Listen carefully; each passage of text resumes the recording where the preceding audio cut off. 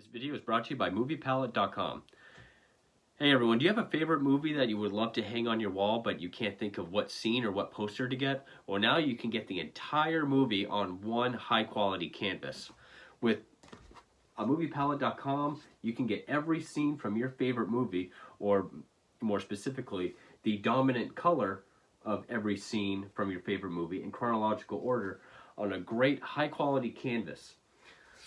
It also comes with a silver engraving of the title down at the bottom.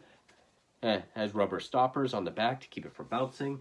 And they have a huge catalog of what to choose from. Whether you're a horror fan, or a fan of sci-fi, Marvel, Japanese anime, Disney animation, drama, or Oscar classics, there's a movie palette for you. And right now, MoviePalette.com is having a sale for 50% off for their Halloween sale. But if you go right now, and if you enter room 15, you'll get 15% off of the movie palette of your choice. That's ROOM15 for 15% off of your movie palette. Again, this is a great value for a great piece of home decor that looks great for any film and for any film buff and anywhere in your home. You will definitely like this product. Mine is of The Shining, and I could not be happier with it. So definitely go to MoviePalette.com and enter ROOM15 for 15% off of your palette.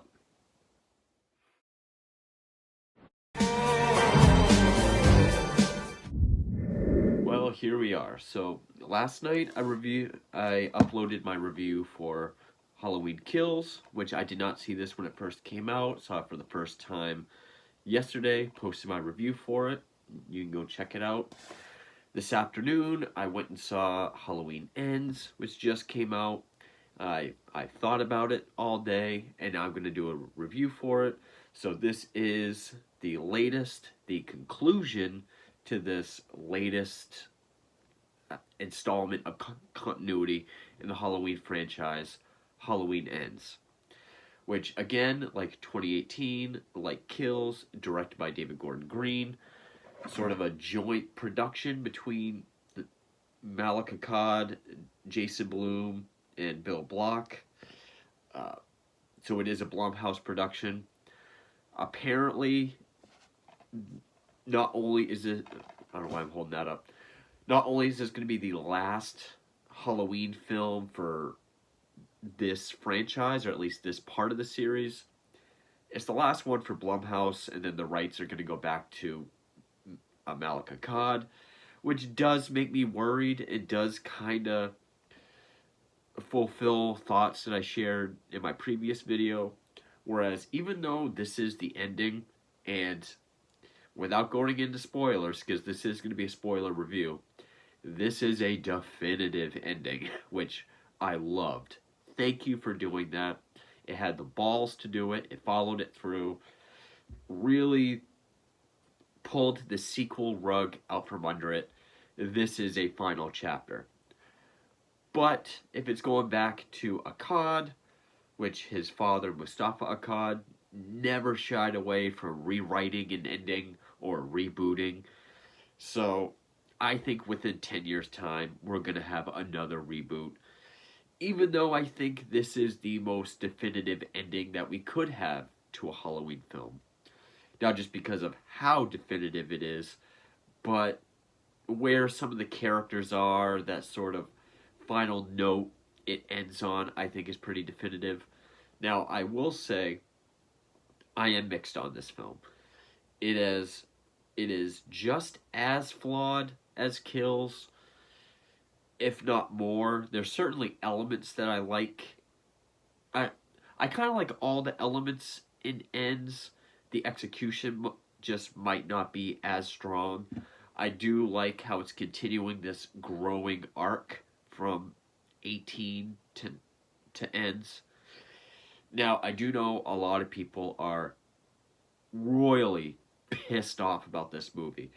One, just because of the direction it takes. Yes, the bulk of this film is not what it was marketed as. Again, before getting into spoilers, this is not the this movie's not built around the final showdown between Michael and Laurie that the trailers and the marketing, the posters make it out to be. In fact, most of the film almost feels like a digression of something else. Somewhat of a further step from Kills, sort of the next step as far as Community goes, but the way it's executed does feel more like a digression. And it also feels more like, okay, we don't really have enough for the Laurie stuff, so we're just going to focus on this. A lot of people hate the direction that it took, which I can understand. But a lot of people are also criticizing the ending and hating the ending, which I have to say, if you are mad, if you're mad about the direction of the film, I totally get it. I get why purists or people might think it's kind of stupid. Whether they sort of get the underlying thematic theme or not, I get why they would hate it. If they hate the ending, or if they're mad about the, especially like Halloween purists, like, they did that to Michael. It's called Ends, dumbass. Like, it's the final film, at least for this chapter of continuity. I can really only say I liked the climax. The climax is the only part of the film I really enjoyed. The rest, I was just kind of okay. I liked the thematic elements. I liked the ideas behind it. The movie itself, I didn't really care for up until the climax. That to me was okay. That's the Halloween movie I came to see, and they ended it in a way that I really enjoyed. Maybe a little melodramatic, but the only part I could say I really enjoyed was the ending. Now, of course, returning, we have Jamie Lee Curtis, Andy Matichak, James Jude Courtney as Michael, Will Patton, Rowan Campbell, Kyle Richards, who was Lindsay in the original. There is a cameo appearance by Nick Castle, Michael in the original. Michael is credited as The Shape in the opening credits. There is a newcomer. Oh, I said that. Rohan Campbell. He's really the only new character that we focus on. But, again, music by John and Cody Carpenter and Daniel Davies. The score, again, is something I really liked. I noticed that 18 Kills in this sort of has this increasingly epic buildup of the original score. So that worked. So before I get any further, because this movie is so different and is intended as a final chapter, I'm going to say spoilers here. I'm not even going to explain the plot whatsoever. So if you want to go see it, go see it. If you don't care about spoilers, then let's get right into it. But starting now is spoilers. But just know this is not the final versus showdown that has been marketed. So, spoilers. We're basically the whole thematic theme is where 18 was kind of, trauma never forgives, trauma never dies.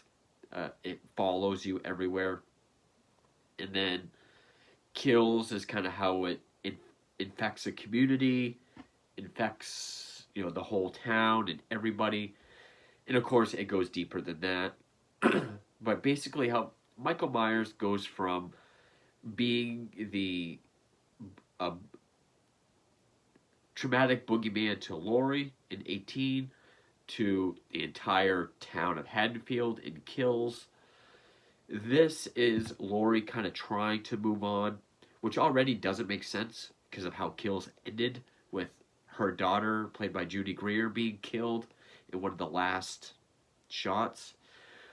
Which it's also 4 years later, which is kind of a detriment because originally all three of these were going to take place in the same night, which I think would have been better. But I know they wanted to put Laurie as sort of on the road to redemption, getting her life back in order, the road to forgiveness, I guess, while the rest of the town is continuously infected by the evil of Michael, or traumatized.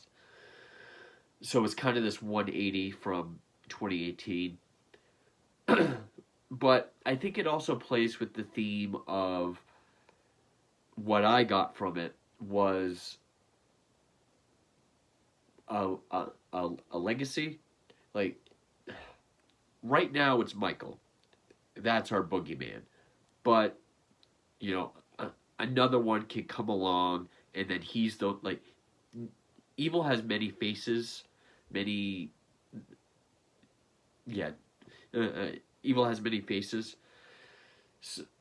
So before I explain that, the opening credits also is a big indicator that we're going to get a different movie, because we get a different font. It's not the orange John Carpenter Halloween font. It's more Helvetica, italic, and blue, like Halloween 3.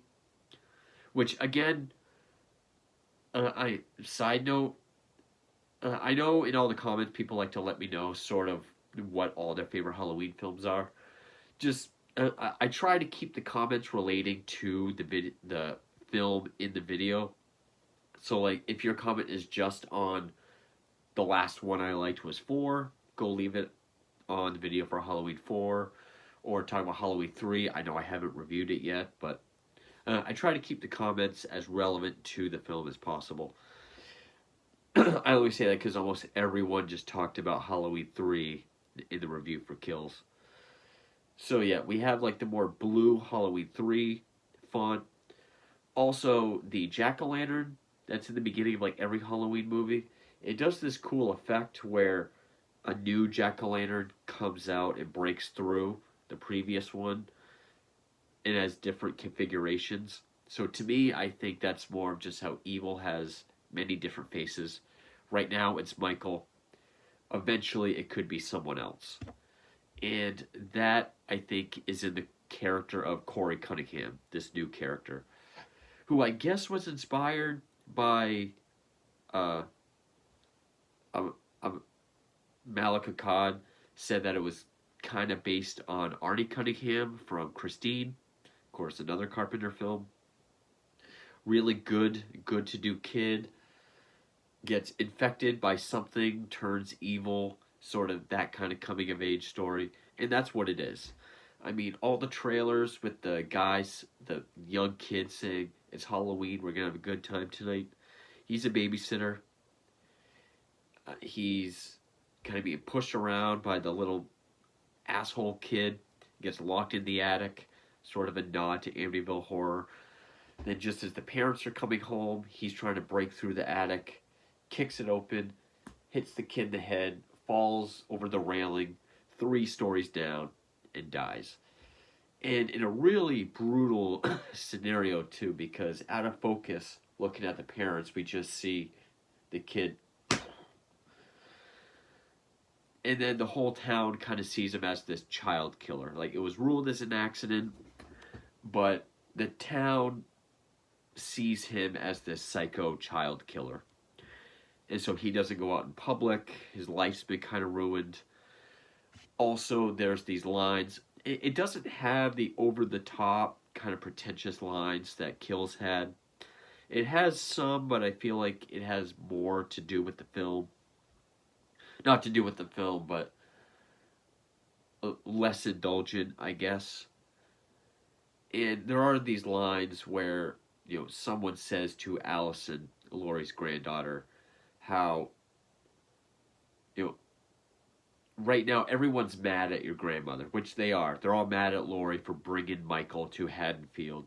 You know, you preaching to everyone that the boogeyman is coming provoked him. So he came in, he infected our town, now we're all messed up.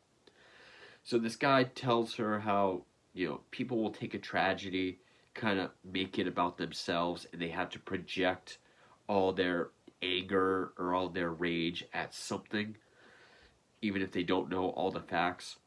So while Michael is gone, he's been gone for 4 years, they're kind of projecting it onto Corey. He's kind of the new boogeyman to like a smaller degree.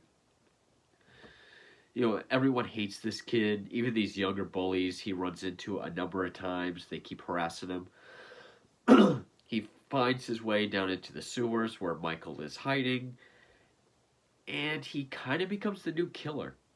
Michael kind of takes him on as a protege and kind of shows him how to kill.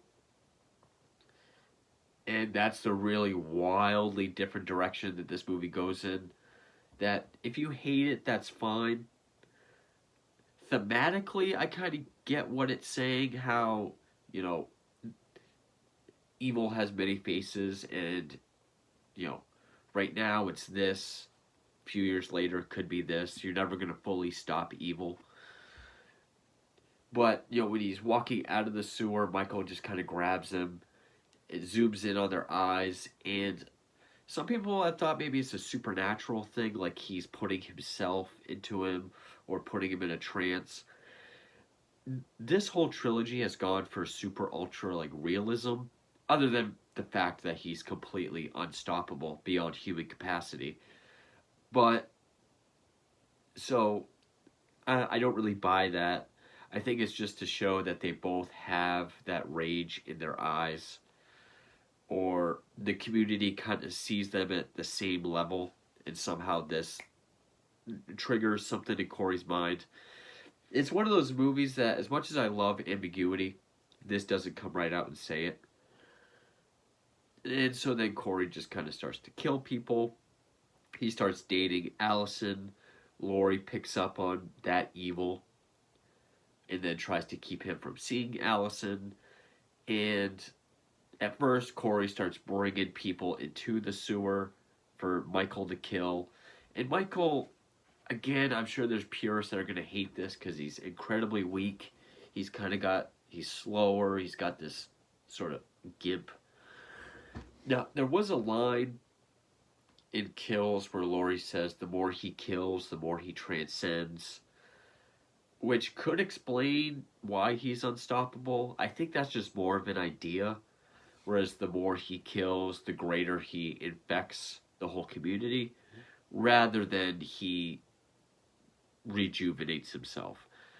Again, if they're trying to plug some supernatural elements into this film, which it is Blumhouse, I don't buy it.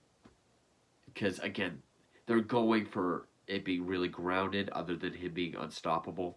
So I don't buy that. I think it is just more of they kind of see something in each other.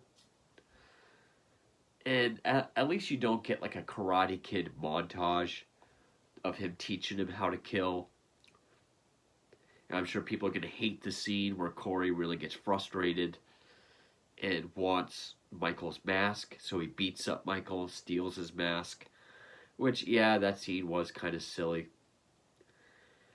And, I mean, for the most part, the movie really is just around him becoming more evil on the account of Michael, him and Allison, their blooming romance, and I do like how it points out, because she kind of sees him as a project, sort of try to build him up, make him better. He calls her out on it, even saying like, look, yeah, people look at us differently, but they look at you as a victim, they look at me as a monster. That's like right before, the bullies accost him again, throw him over the bridge, and he's dragged into the sewer again, or for the first time. And this goes on for most of the movie, up until Laurie tells him, stay away from Allison, I'm on to you. Even a couple characters, both Laurie and the kid that died, his dad, say when they look into Corey's eyes, they can see he's not the same kid or the same eyes that Michael has. Maybe he's just always had this in him. Or just society can make people evil. Because the more they project their rage onto people, kind of gang up on someone, the more evil they're going to become. I mean, they're telling him he's evil, they're telling him he's a monster, they're telling him he's a killer. That can wear on someone's psyche. So maybe that was more of a catalyst. But, and before I get to the climax, there are some nice nods to the original film. I mean, Allison takes to a costume party where there's this one guy who happens to be Nick Castle, the original Michael Myers. He plays this sort of surgery patient where he opens up his jacket, there's all these organs, and he's like, "Hey, Scarecrow, see anything you like?" From the original film. The opening, when Corey's babysitting, they're watching John Carpenter's The Thing. Call back to when Lindsay was watching The Thing from Another World. Only now, because that was before Carpenter did his version, so now they're watching Carpenter's. Cool nod. And the nods don't feel as fan servicey as, bringing back as many characters as you can for this film. I will say I liked this more than Kills, and this does have some nice stylish moments. The one victim from Kills that got stabbed with a fluorescent bulb, she survived, and I mean we see Laurie getting chastised in town for provoking the boogeyman and then therefore infecting everybody else. We do get some brutal kills when Corey goes on his spree, like the bullies that have been bothering him.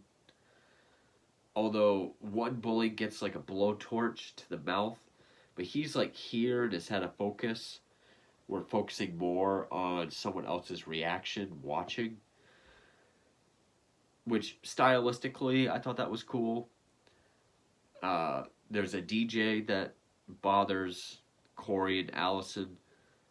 So I can't remember which one it was. Corey or Michael goes to the studio and you get this really cool kill where the DJ gets his head smashed into the soundboard, so his face is all mangled, takes scissors, cuts his tongue, lands on the turntable, and it keeps skipping the needle every time it goes around, and it's live.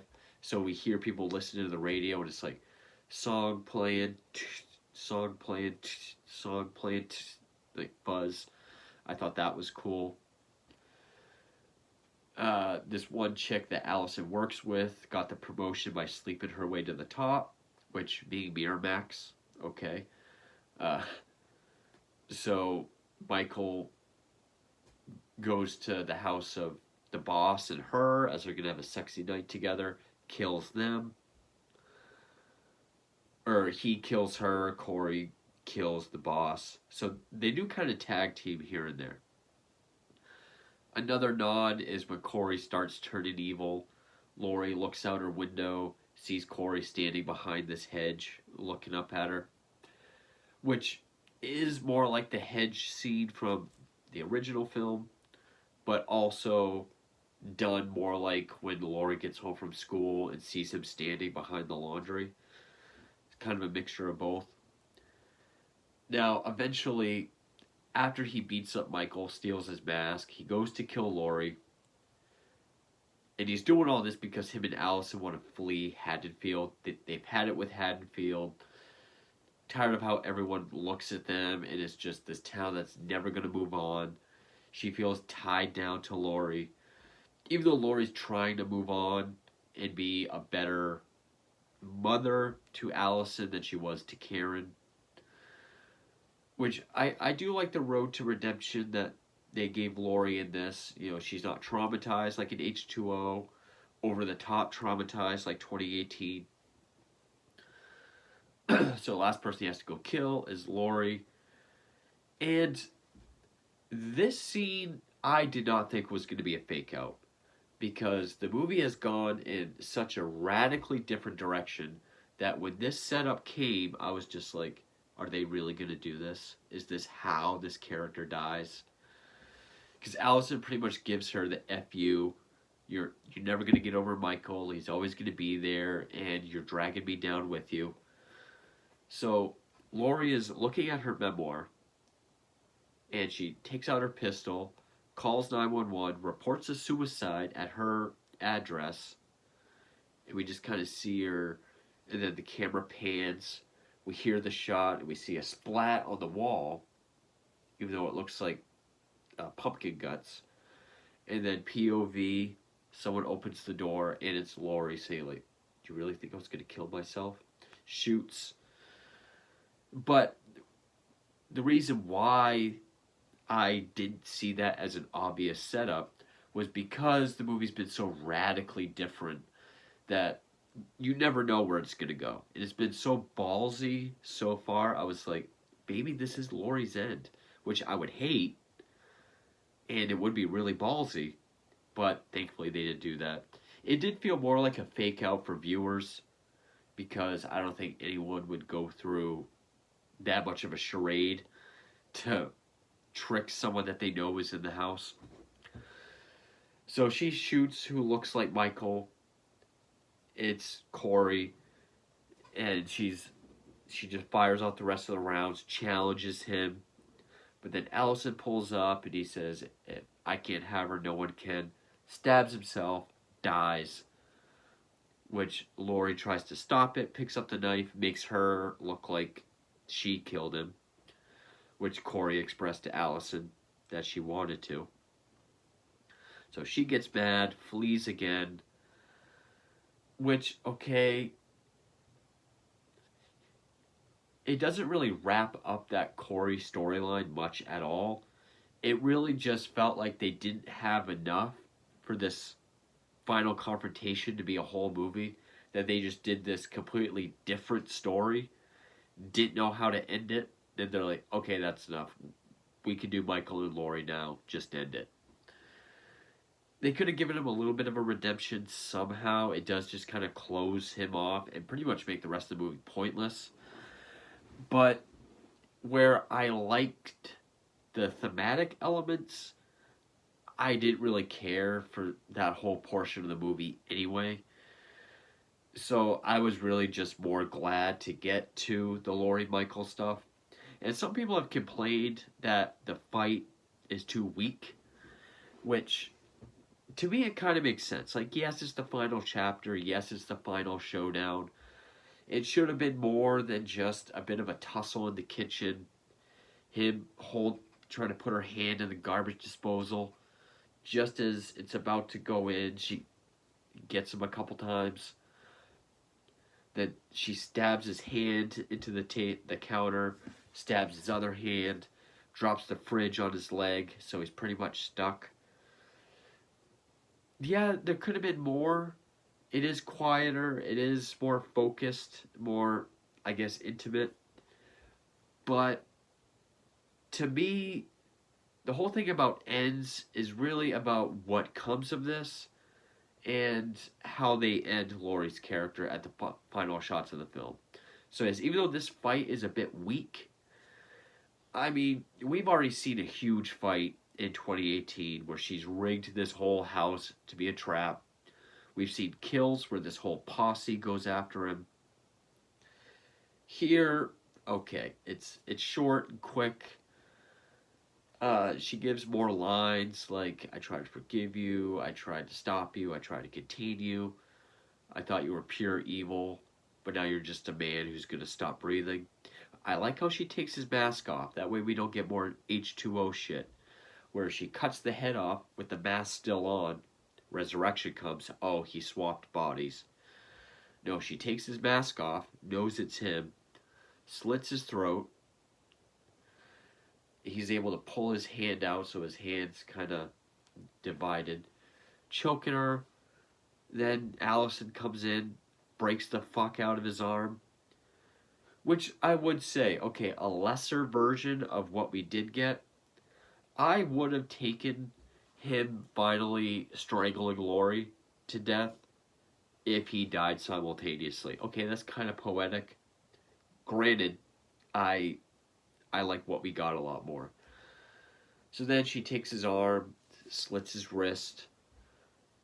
Cops come, and yeah, it's a little melodramatic having the whole town of Haddonfield tie Michael to the roof of a car, doing this convoy, or people on foot all the way to the junkyard.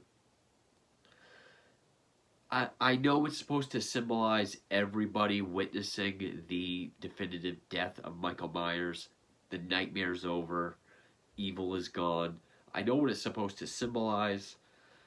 I don't mind that part. It's the sort of the passing of Michael, like the crowd surfing as they all pass him over each other. They could have just made him out to be more evil, like just tie a rope around his feet or his neck, have Laurie drag him through all the people. And yes, it is.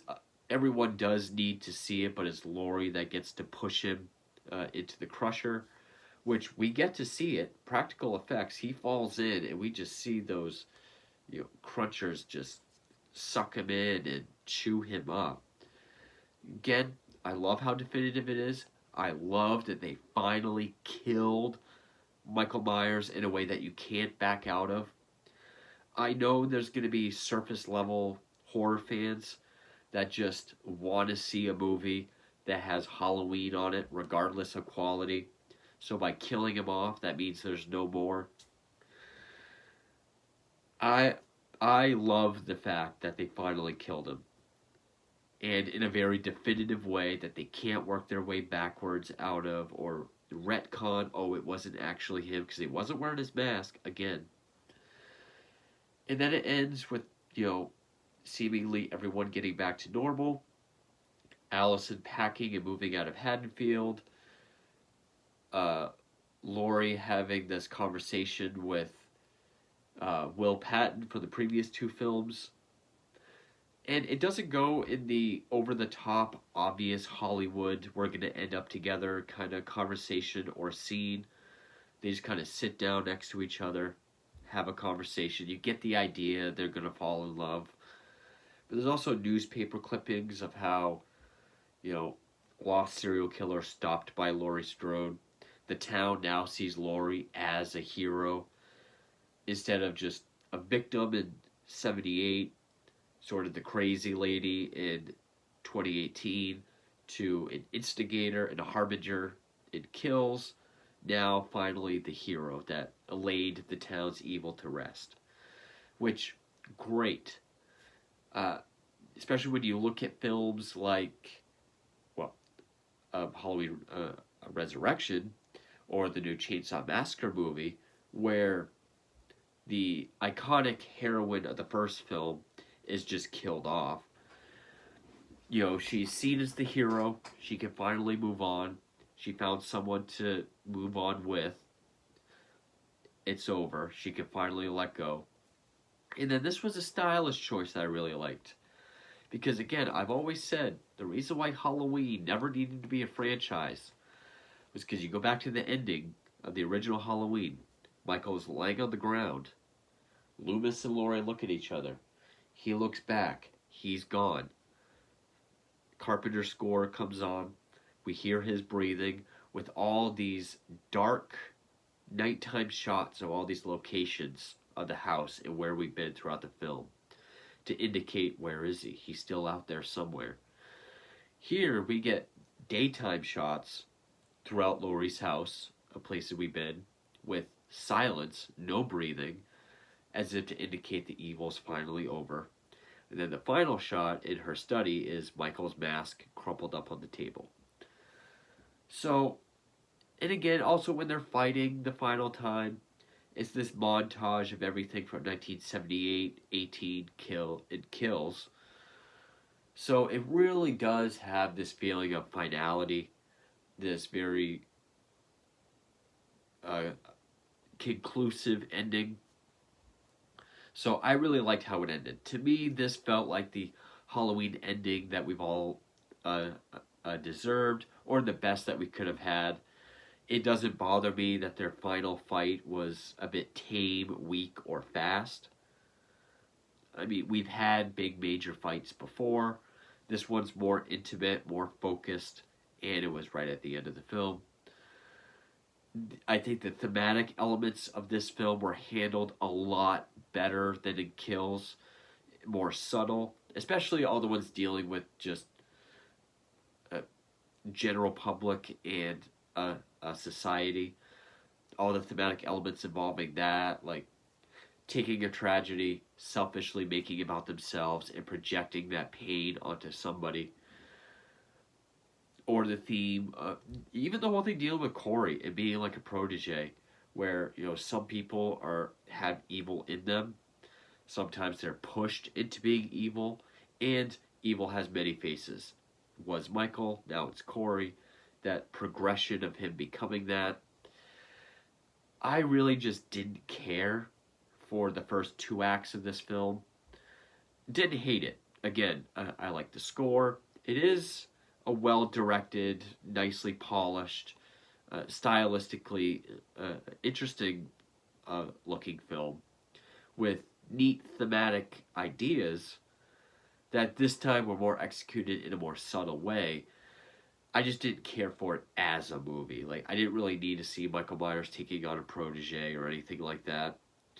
Some things didn't make sense, like Laurie now being on this road to forgiveness and repair, even though her daughter was killed at the end of the previous film. Some people have hated the character of Allison for some of the choices she made in this film, even though she was never the smartest character in any of these films. So, I don't love it, but I definitely don't hate it. And again, same with kills. It's still better than 4, 5, and 6 and Resurrection. I know that's a low bar to be set, but if this didn't have that ending, or if this was just, part 3 of this trilogy, and say we had it was left in the air if it was going to continue, then yeah, I would say this is almost like Rob Zombie's 2, where it's just so different that it takes you out of the Halloween sort of world. And no, I'm not mentioning Halloween 3 because 2 was still a Michael Myers film. Rob Zombie's H2.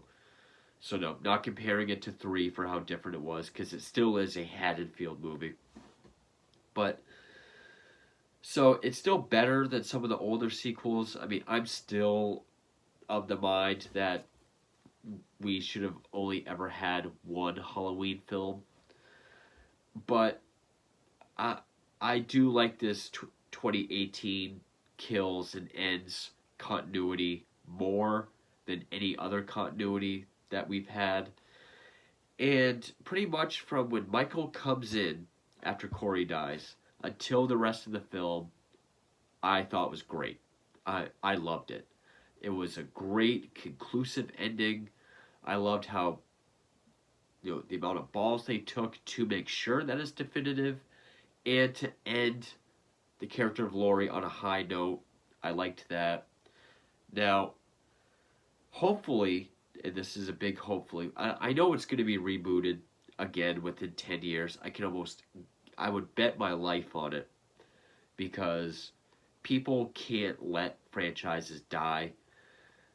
Eventually, people are going to want to see Michael again, and whatever. But I think this is the best ending that we could have had, and that we have had so far. Yeah, you could argue H2O, but that was so long ago, and then Resurrection totally fucked that up. This felt more, because of the Haddonfield setting and everything, this feels more Halloween than H2O.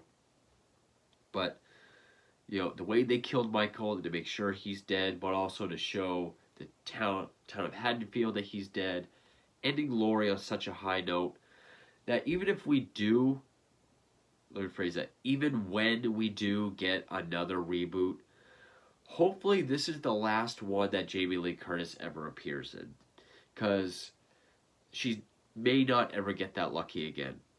They messed with her character. Well, it would have been fine in H2O, then they fucked over her character in Resurrection. This was a lot of build-up for these 3 films. They gave her a very satisfying ending in this one. Who knows where it will go if she appears again.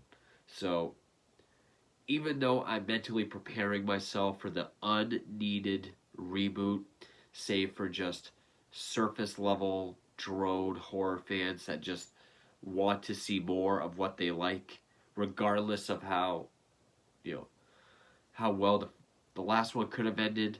No, I just want to see Michael again.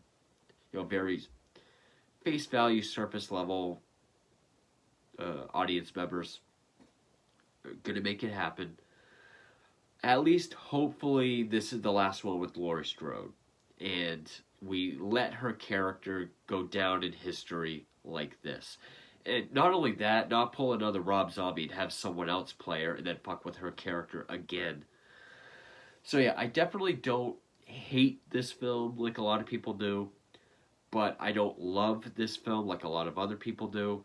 I thought this movie was fair.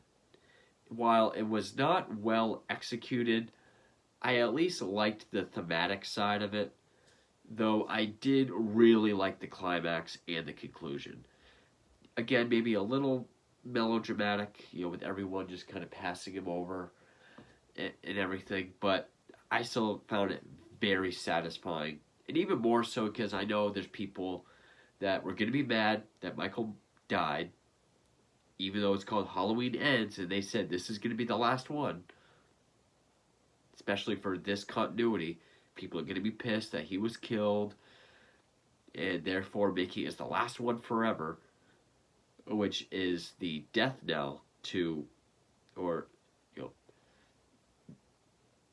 that's like the death march to some horror fans that just want to keep seeing more of the same thing, even as crappy as it might be.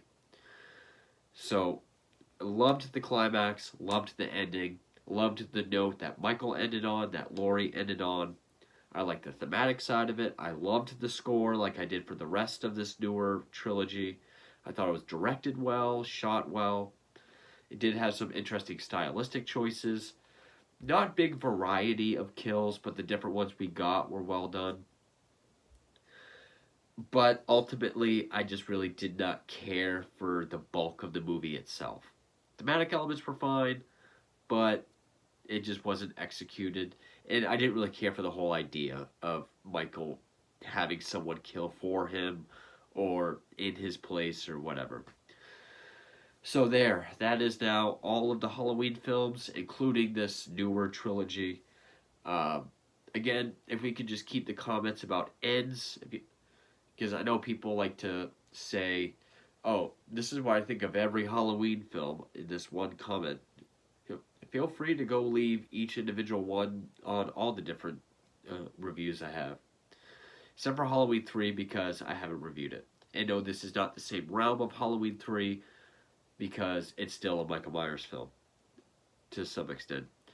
I will say, I also liked how the opening credits had like a 1950s song, which is reminiscent of like Halloween 2 with Mr. Sandman by the Cordettes.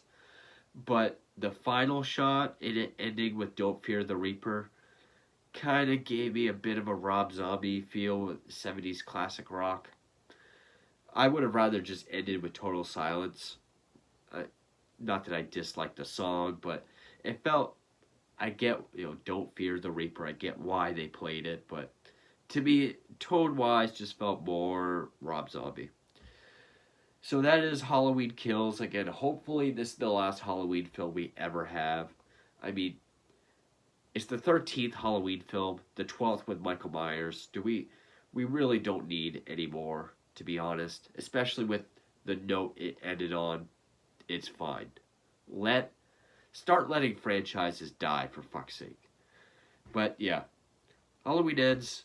Didn't hate it, didn't love it, disliked most of it, loved the climax. So there it is, and thank you for watching.